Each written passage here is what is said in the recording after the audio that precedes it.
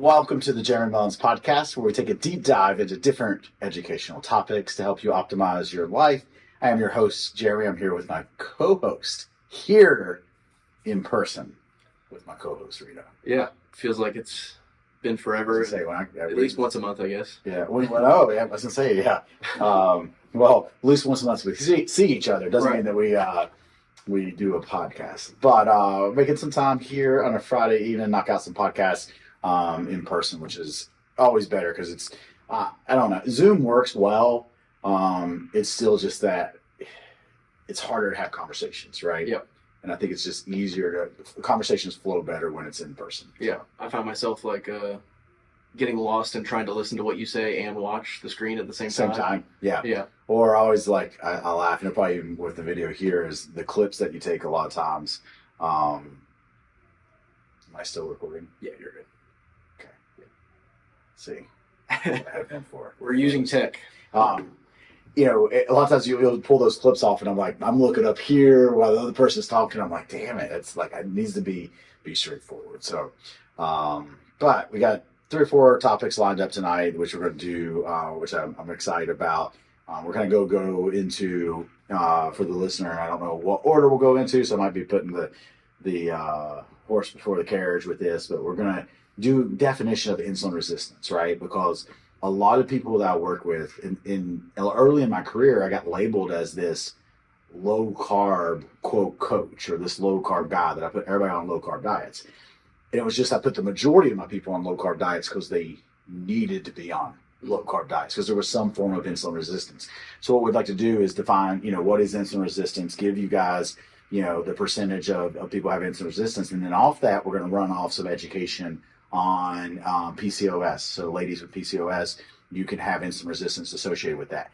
Fatty liver is generally a result as some insulin resistance on the liver. So fatty liver, non-alcohol related. So we're going to kind of talk about that. So it'll be a series related to insulin resistance. But today we're going to do, as I'm recovering from the surgery, talk about calories and how they change inside of injuries, right? And the reason I want to do this is I see a lot of people who have an injury, especially when they're in their fat loss journey, right? So they have decided they wanted to lose weight. They're committed to it. They're losing weight, and then an injury happens, right?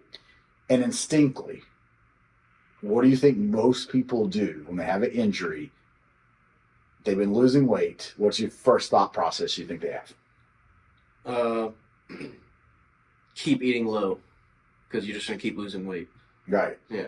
Lower than what they've been doing, right? Yeah. Because not moving, so I need to eat less. Correct, right? So we've got people in a caloric deficit. We got them exercising. They're losing weight. So, we've got that calorie equilibrium where they are losing weight, but they think they have to cut even more calories out, right? Mm-hmm. Or on the flip side, maybe they're not in their weight loss journey and they're an athlete, and they I'm injured, so I'm going to cut my calories so I don't want to gain weight.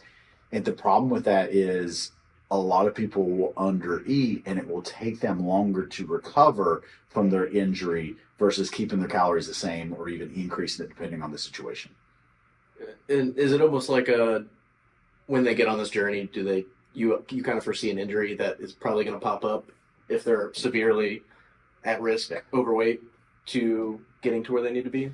No, I mean, I think injuries, I have not, in 20 years of coaching now, I wouldn't say I have seen a trend of injuries, if that makes sense. Mm-hmm. It couldn't be okay, this person, my individuals that are 100 pounds overweight, they're going to have more likely have this injury. I don't have that. Right. There hasn't been a trend that I've seen. Now, what I would say for most of us, there's eventually going to be some type of injury, right? Whether that is just, a muscle strain, a muscle tear, pull muscle, whether that's turning your ankle, maybe it's a car wreck, right? There's going to be something that's going to occur where there's going to be some soft tissue damage, that type of stuff. Then in some cases, it's going to be more extreme, okay? You're going to tear your tendon off your arm. Yeah. You could have, and just use this more as a clinical analogy, you could have a lot of burns, right? So maybe someone gets caught in a house fire or whatever the case may be. So there could be some burns there. That would be an injury, okay? Now, most of the time, I think inside of this wellness and fitness, we're speaking of more soft tissue muscle injury or something like that. But when we say injury, it could be a wide variety inside of that. But no, but to your question, like I haven't saw a trend that happens. Like there's some people who don't get injured. Mm-hmm. But I think for people who are going to be working out, who are really pushing the envelope, the small strains, muscle strains, is going to happen sooner or later. Yeah. And it's important to categorize like a twisted ankle or something like that is an injury. Like it's 100%. Yeah, it doesn't have to be a muscle strain or muscle tear. Like you turn your ankle, right? It's an injury. Right. You know, if you sleep wrong, hey, it happens, right? You sleep on and you have a crink in your neck or, you know, something like that. That's an injury. Mm-hmm. You know, so it doesn't have to be a big injury to be defined as an injury, right? But what I see, especially in the fat loss world, the current goal inside this individual's wellness program is fat loss. When they have an injury, they instinctively want to drop their calories, right? Because there's that fear of I'm not going to be able to do the same activity that I was doing. Therefore, now I'm going to gain weight. And what I want people to understand with this is you actually have an increase in your resting metabolic rate over baseline when there's an injury. So the calories that you need, right, in most cases is going to go up when there's an injury there, even when the exercise is going down. And I know we mentioned it last time, but there is a caloric burn rate for when you are injured. Obviously, maybe the bigger the injury, the more the body is going to try to repair itself and use up that calories compared to a jammed finger or crooked in the neck. But so once again, always with ranges, right? You know, you can say from your resting metabolic rate, you're going to have an increase of 15 to 50%, right? And that going back to what we said earlier, hey, if you have a muscle strain, you know, inside of let's just use bicep, you muscle strain your bicep might be more in the low end of 15%, right? Muscle strain of your quad, maybe a little bit higher, 20%, because it's a bigger muscle. You have burns on 60% of your body, 50% increase, right? Surgery, probably somewhere in the middle. So I think that's, you know, depends on what the injury is, how big of the muscle, you know, is involved in the injury. That'll affect that percentage rate, okay? And taking a step back, so remember, you know, your resting metabolic rate makes up roughly 60-ish% of the calories you burn a day. And then resting metabolic rate for most people is around 10 calories per pound of body weight, plus or minus 10 or 15%. Okay. So just doing math, how much you weigh? 187. All right. So you're 187 pounds, right? So that means you burn roughly 1,800 calories plus or minus 10 or 15%. Just living. That's your resting metabolic rate, right? If the person we're working with is leaner, younger, then they might be more plus the 10 or 15%. Mm-hmm. If you're a little bit older, trying to drop some weight, got a little more body fat, then it might be minus 10%.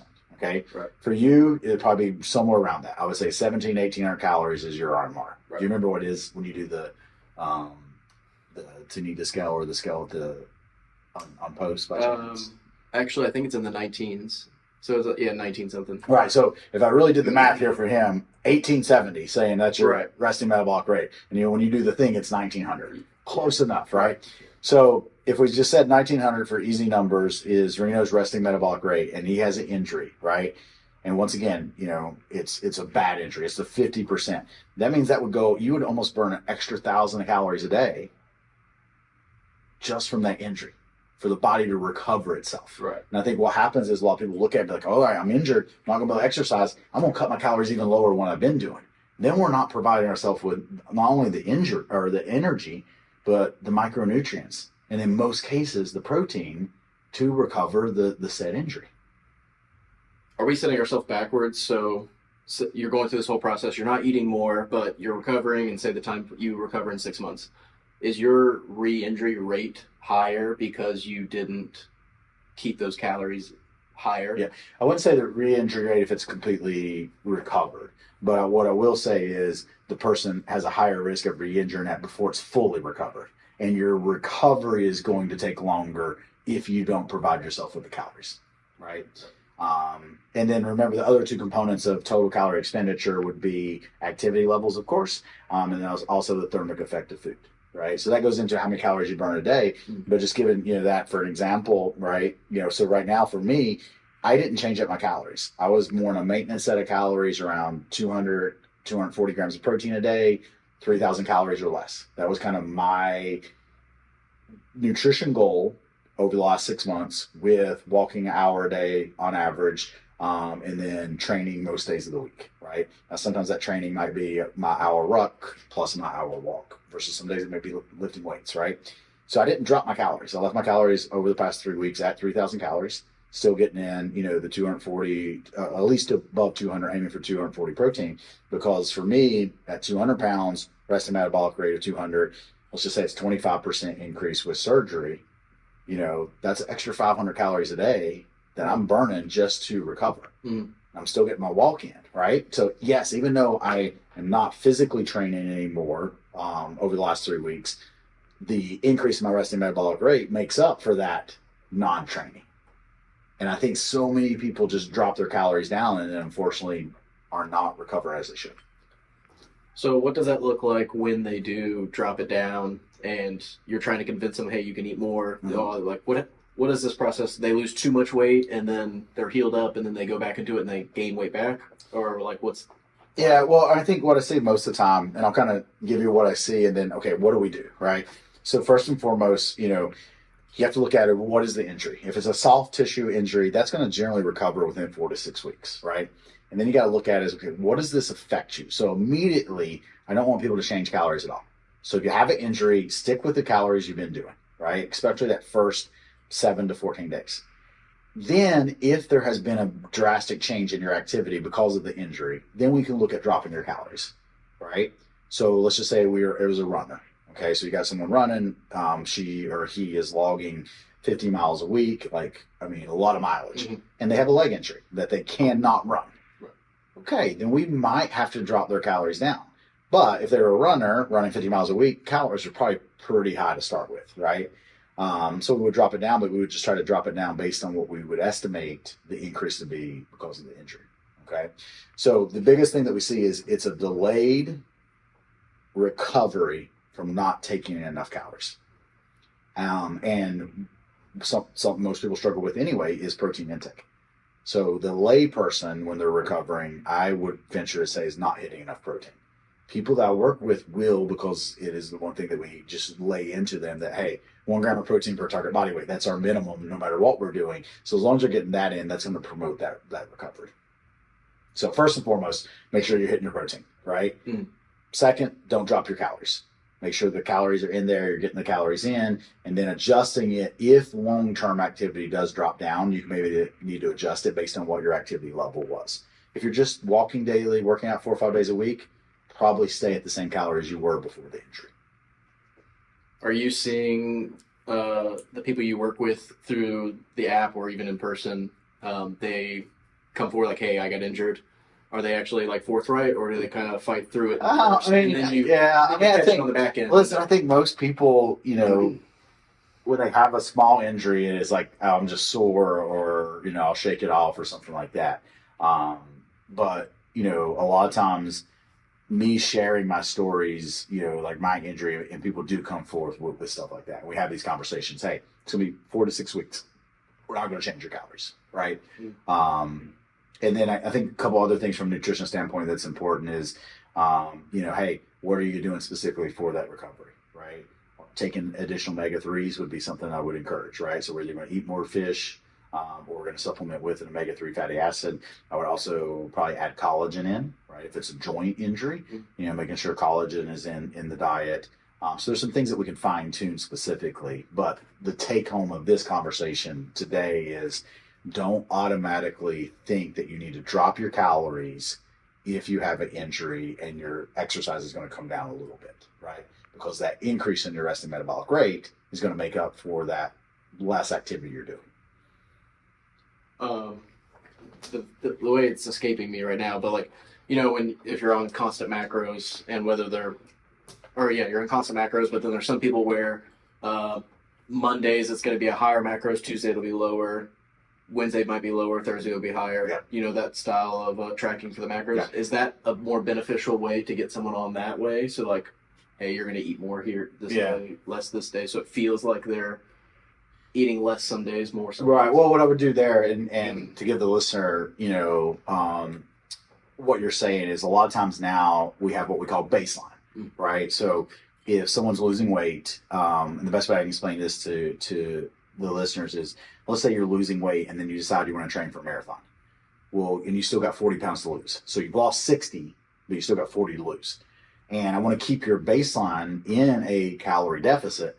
But once you start running 8 miles, like over an hour, I need to fuel that run, right?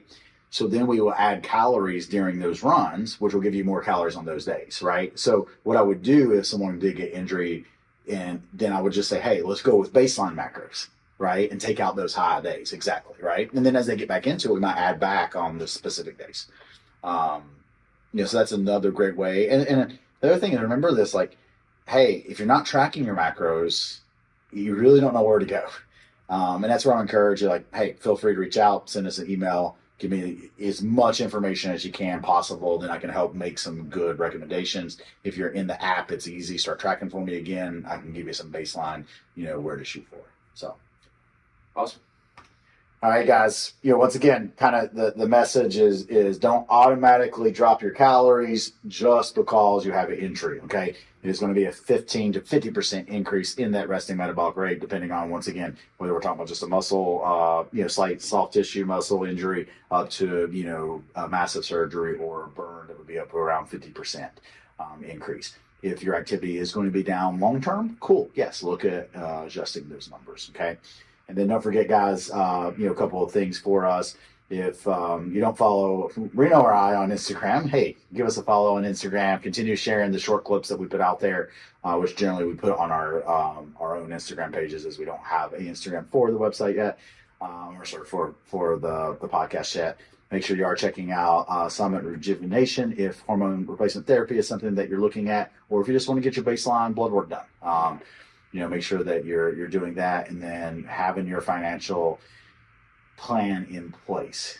GreenUp Wealth specializes in doing that. So those are 2 partners in the podcast. Appreciate you supporting them along this journey also. We will talk to you guys next time. See you.